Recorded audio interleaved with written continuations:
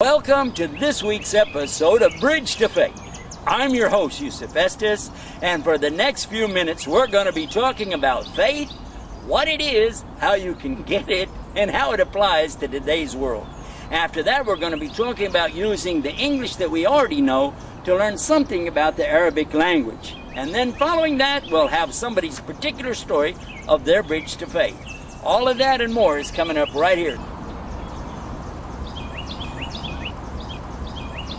Well, here we are on Bridge to Faith, and we're going to be talking now about the subject of, believe it or not, leaves. We're going to be talking about leaves and how important are leaves to us.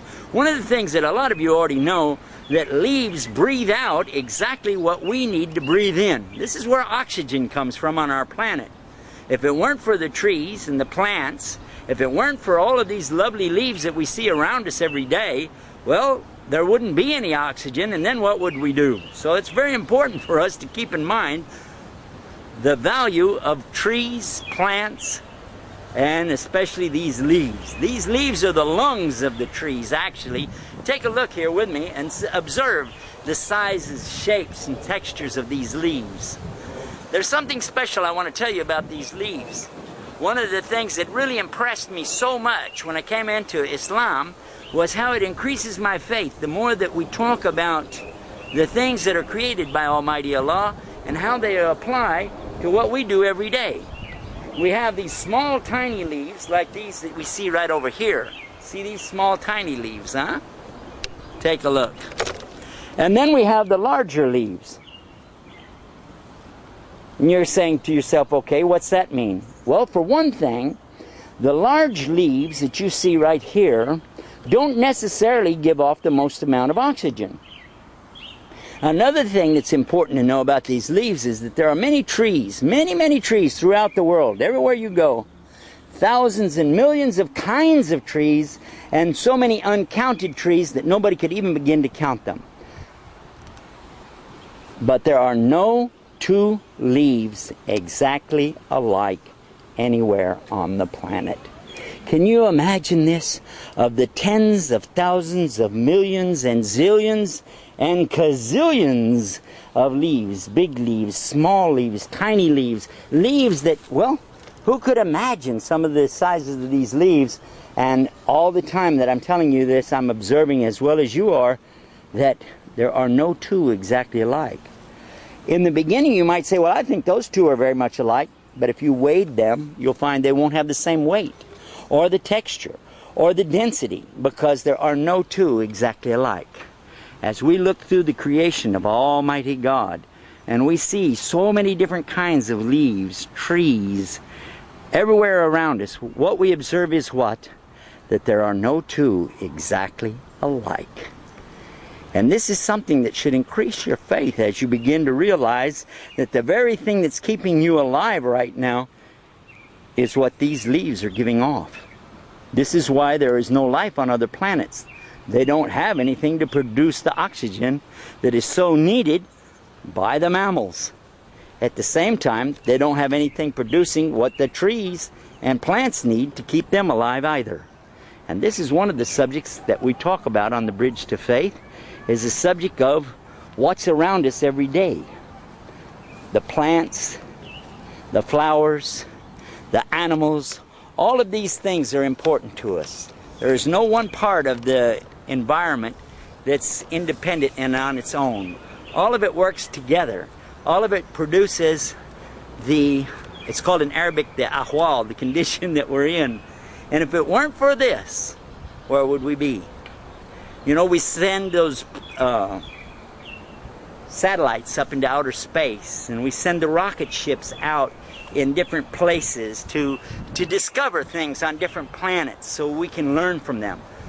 But what do we learn? We learn that, number one, they don't have any water, they don't have any plants, and in one case well, I heard one of the scientists say that they discovered what might be a dried up waterbed, and I was wondering, how do you have dried water? But for us here, we take it for granted. We take the leaves and trees for granted. We take the water for granted. We take all the things around us. We say, you know, it's no big deal. But it is a big deal. Especially when you consider of all the many different kinds of shapes, of trees and leaves that there are, and you can't find two exactly alike. Who, except the Almighty Creator, could come up with such designs as this? Who indeed? And of course, it's a rhetorical question, and we already know the answer before we ask it, don't we? Yes, and that helps us to increase our faith the more we think about what He's created. And He's the only creator, He's the only sustainer of all that exists. Pretty amazing? Yeah, I think so too.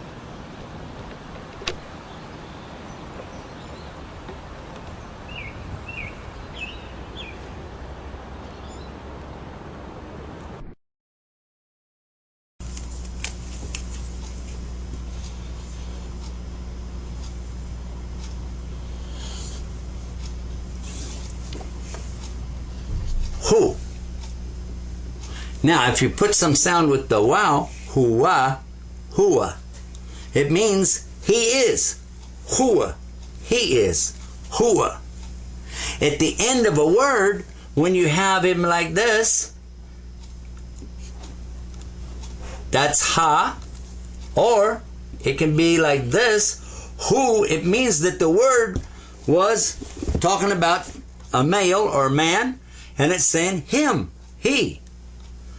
Or could be like this, he, and if you do he, that becomes what?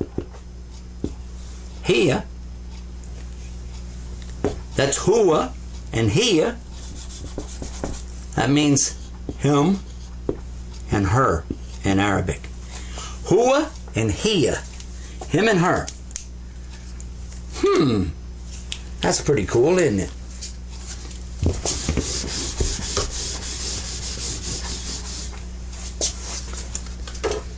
Now, one more. We want to take from the stick family, from the forest, go out there and get some sticks, and let's take a look at what happens with the sticks. This is what letter? Do you remember? You forgot. That's Paul, the tall letter. Paul. Tall. What would happen if we put a wow after the Paul? Paul? This would become poo. The difference between this one, watch now, that's a ta, and that's a wow. What's the difference between this and this? In English, I would write them the same way. But in Arabic, it's two different letters, so it's two different things. It doesn't mean the same thing, and it doesn't sound the same way. Not really. This is pu, and this is tu. Tu, and pu. So there's a difference. If you don't hear a difference, it's okay. It'll take you a little time, but you get used to that. Pu and tu. There you are. Let's do another one.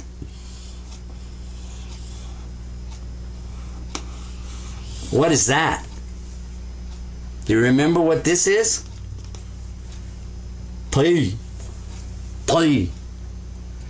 It's not the same as T, like this one. That's T. This is P. P. P. It has almost the extra sound of P. P and T. Now, another one is when you have like this and you go up. This is what? That's an aleph. This is ta, ball. Whenever you add one of these helpers that gives the sound to it, what happens, not only does it give the definite sound, it extends it out by one extra count. So instead of ta, it becomes ta. Instead of ti, it becomes ti. Instead of T, it becomes T. Instead of T, T. Instead of T, T. I hope you could make the differential between the two kinds of ta and the different kinds of ha and ha. That's quite a bit that we've covered right here. Let's take a break, give you some time to go over what you've learned, and give you a chance to work through it, and give yourself a test or two and see if you can remember what these different sounds give to the letter before it.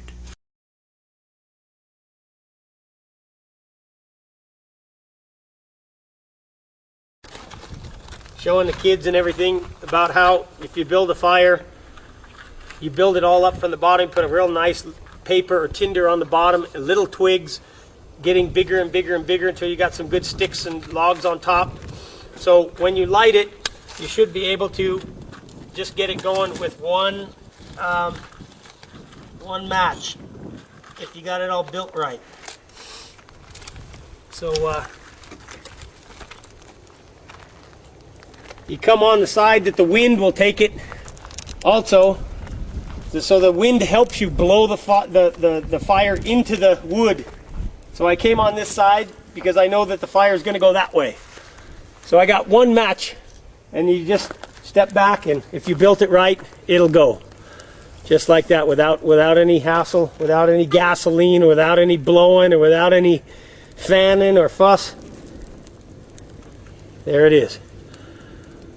Well, that's all done on one shot, one match. And when I used to live, I lived up in the mountains in eastern Oregon.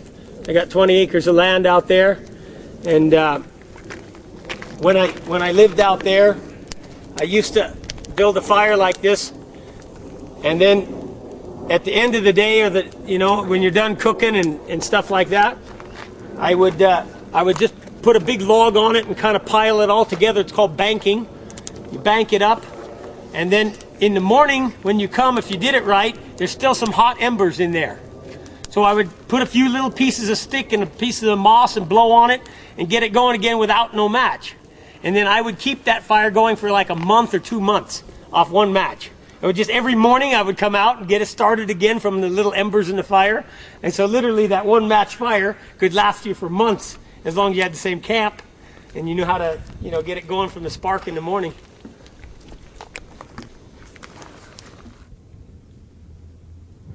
You're watching Bridge to Faith, and we want to talk about